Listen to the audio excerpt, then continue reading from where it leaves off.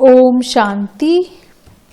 3 फरवरी 2021 की बाप दादा की साकार मुरली के सार में बाबा ने कहा, मीठे बच्चे, सबको यही पैगाम दो कि बाप का फरमान है, इस पुरुषोत्तम संगम युग पर पवित्र बनो तो सतयुग का वर्षा मिल जाएगा। प्रश्न है आज बाबा का, कौन सा सस्ता सौदा सबको बतलाओ। उत्तर में, इस अंतिम जन्म में बाप के डायरेक्शन पर चल पवित्र बनो तो 21 जन्मों के लिए विश्व की बादशाही मिल जाएगी। यह बहुत सस्ता सौदा है, यही सौदा करना तुम सबको सिखलाओ। बोलो, अब शिव बाबा को याद कर पवित्र बनो तो पवित्र दुनिया के मालिक बनेंगे। अब मुरली विस्तार से। ओम शांति। रूहानी बच्चे जानते हैं, रूहानी बाप समझाते हैं कि प्रदर्शनी व मेले में शो दिखलाते हैं या चित्रों पर मनुष्यों को समझाते हैं कि बाप से अब बेहद का वर्षा लेना है। कौन सा वर्षा?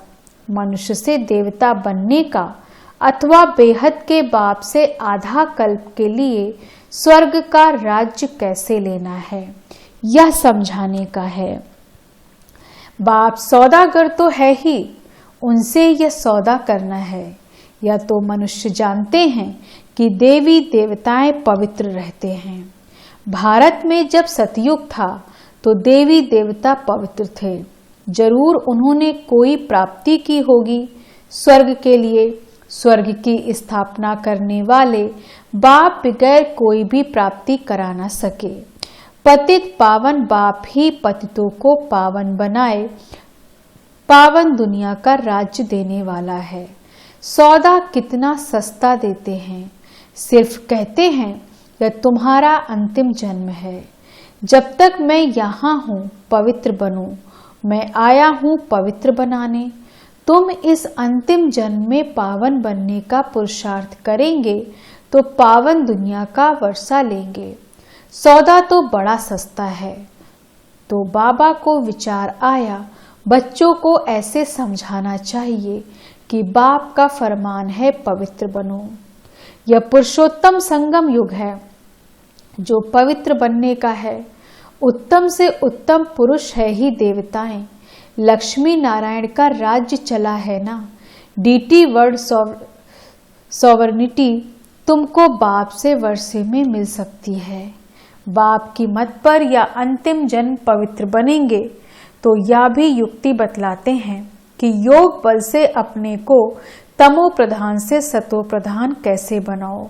बच्चों को कल्याण के लिए खर्चा तो करना ही है। खर्चे बगैर राजधानी स्थापन नहीं हो सकती। अभी लक्ष्मी नारायण की राजधानी स्थापन हो रही है। बच्चों को पवित्र जरूर बनना है। मनसा वाचा कर्मणा, कोई भी उल्टा सुल्टा काम नहीं करना है। देवताओं को कभी कोई खराब ख्याल भी नहीं आता। मुख से ऐसा कोई वचन नहीं निकलता।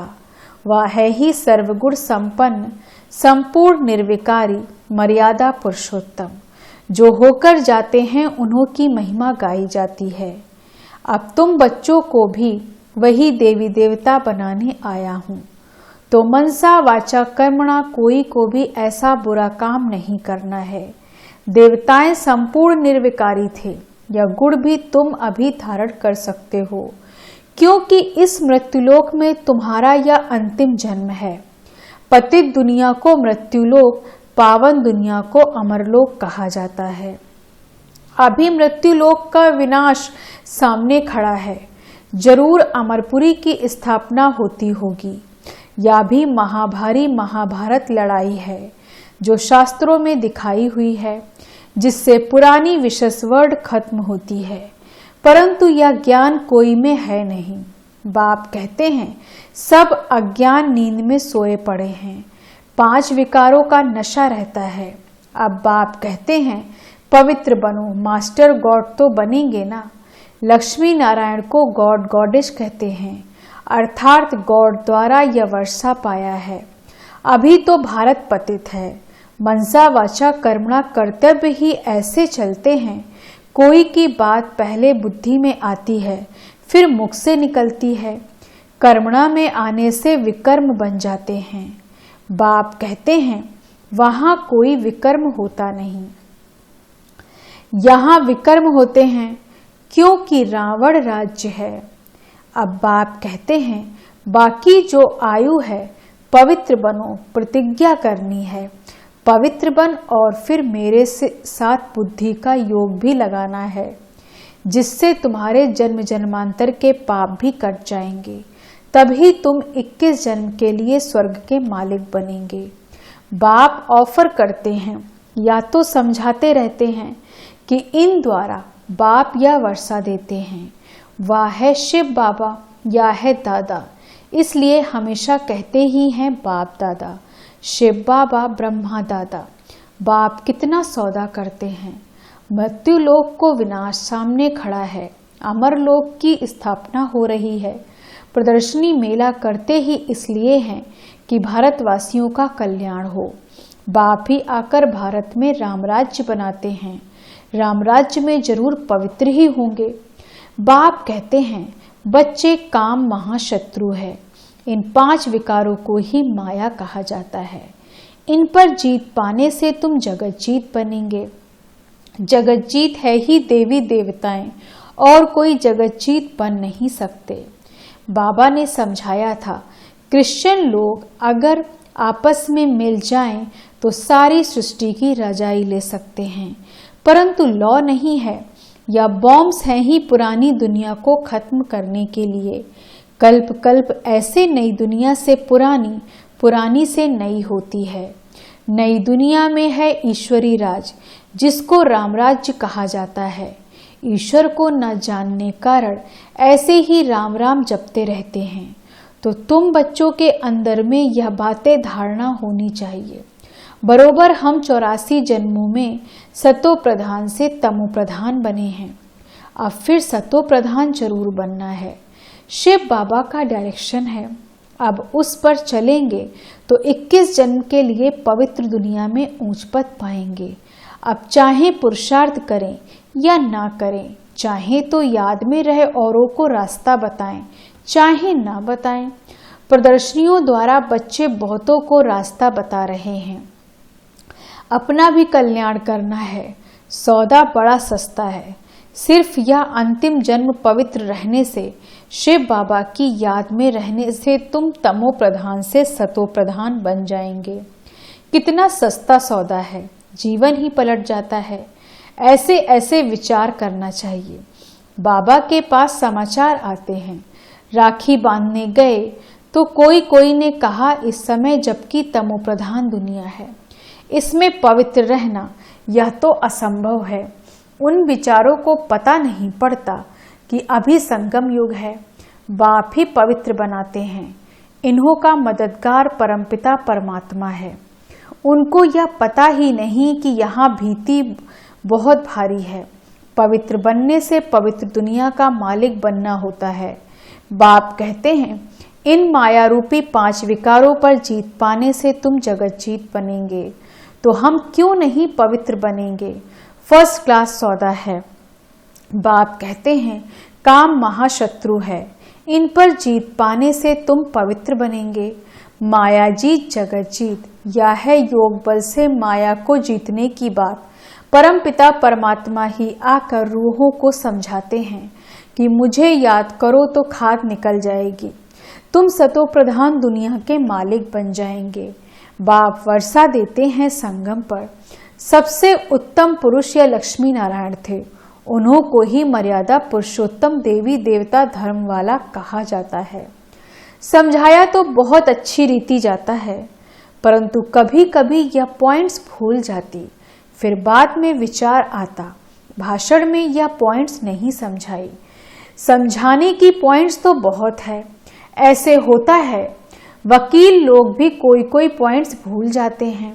फिर जब वो पॉइंट्स बाप में याद आती है, बाद में याद आती है तो फिर लड़ते हैं। डॉक्टर लोग भी ऐसा होता है। ख्यालात चलती है इस बीमारी के लिए यह दवाई ठीक है। यहाँ भी पॉइंट्स तो ढेर है। बाबा कहते हैं आज तुमको वह पॉइंट समझाता हूँ, परंतु समझने वाले सब पतित कहते भी हैं, हे पतित पावन, फिर किसको कहो तो बिगड़ जाएंगे। ईश्वर के सामने सच कहते हैं, हे पतित पावन आओ, आकर हमको पावन बनाओ।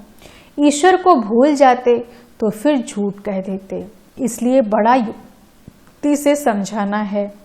जो सर्प भी मरे लाठी भी ना टूटे। बाप कहते हैं चूहे से गुड़ उठाओ। चूहा काटता ऐसी युक्ति से है जो खून भी निकलता है परंतु पता बिल्कुल नहीं पड़ता। तो बच्चों की बुद्धि में सब पॉइंट्स रहनी चाहिए। योग में रहने वालों को समय पर मदद मिलती है। हो सकता है सुनने वाला सुनाने वाले से भी जास्ती बाप का प्यारा हो, तो बाप खुद भी बैठ समझा देंगे। तो ऐसा समझाना है जो वह समझे, पवित्र बनना तो बहुत अच्छा है। या एक जन्म पवित्र रहने से हम 21 जन्म पवित्र दुनिया के मालिक बनेंगे।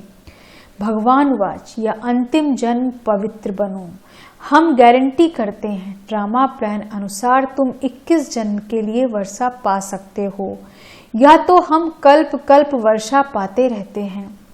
सर्विस का जिनको शौक होगा वह तो समझेंगे कि हम जाकर समझाएं। भागना पड़े, बाप तो है ज्ञान का सागर, वह कितनी ज्ञान की वर्षा करते रहते हैं। जिनकी आत्मा पवित्र है तो धारणा भी होती है, अपना नाम बाला कर दिखाते हैं। प्रदर्शनी मेले में पता पड़ सकता है कौन कैसी सर्विस करते हैं। टीचर्स को जांच करनी चाहिए कौन कैसे समझाते हैं। बहुत करके लक्ष्मी नारायण व सीढ़ी के चित्र पर समझाना अच्छा है। योग बल से फिर ऐसे लक्ष्मी नारायण बनते हैं। लक्ष्मी नारायण सो आदिदेव आदि देवी। चतुर्भुज में लक्ष्मी नारायण दोनों आ जाते हैं। दो भुजाओं लक्ष्मी की, दो नारायण की, यह भी भारतवासी नहीं जानते हैं। महालक्ष्मी की 4 भुजाएं हैं, इसका मतलब ही है वे युगल हैं। वे युगल हैं, विष्णु है ही चतुर्भुज। प्रदर्शनी में तो रोज रोज समझाया जाता है। रथ को भी दिखाया है। कहते हैं अर्जुन बैठा था, कृष्ण रथ चलाने वाला था। यह सब हैं कथाएं। अभी यह है ज्ञान की बातें। दिखाते हैं ज्ञान अमृत का कलश लक्ष्मी के सिर पर रखा है। वास्तव में कलश रखा है जगत अम्बा पर, जो फिर लक्ष्मी बनती है। यह भी समझाना पड़े। सतयुग में एक धर्म एक मत के मनुष्य होते हैं। देवताओं की है एक मत। देवताओं को ही श्री कहा जाता है और किसको नहीं कहते हैं। तो बाबा को ख्याल चल रहा था कि समझाने के लिए अक्षर थोड़े हों।